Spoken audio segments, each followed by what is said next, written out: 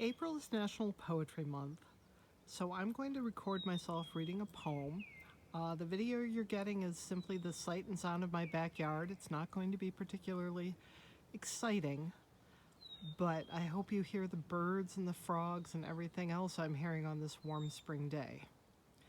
Well, it's New Hampshire, and as you can see, I feel like I have to start with Robert Frost and Birches.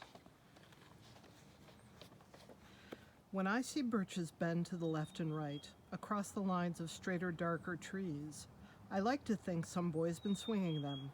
But swinging doesn't bend them down to stay as ice storms do. Often you must have seen them, loaded with ice a sunny winter morning after a rain. They click upon themselves as the breeze rises and turn many-colored as the stir cracks and crazes their enamel. Soon the sun's warmth makes them shed crystal shells, shattering and avalanching on the snow crust. Such heaps of broken glass to sweep away, you'd think the inner dome of heaven had fallen. They are dragged to the withered bracken by the load, and they seem not to break. Though once they are bowed so low for long, they never right themselves. You may see their trunks arching in the woods years afterwards, trailing their leaves on the ground like girls on hands and knees that throw their hair before them over their heads to dry in the sun. But I was going to say, when truth broke in with all her matter of fact about the ice storm, I should prefer to have some boy bend them as he went out and in to fetch the cows. Some boy too far from town to learn baseball, whose only play was what he found himself, summer or winter, and could play alone. One by one he subdued his father's trees by writing them down over and over again, until he took the stiffness out of them, and not one but hung limp, not one was left for him to conquer. He learned all there was to learn about not launching out too soon, and so not carrying the tree away, clear to the ground.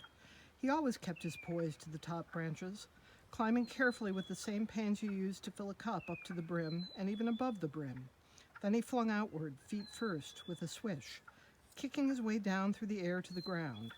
So was I once myself a swinger of birches, and so I dream of going back to be.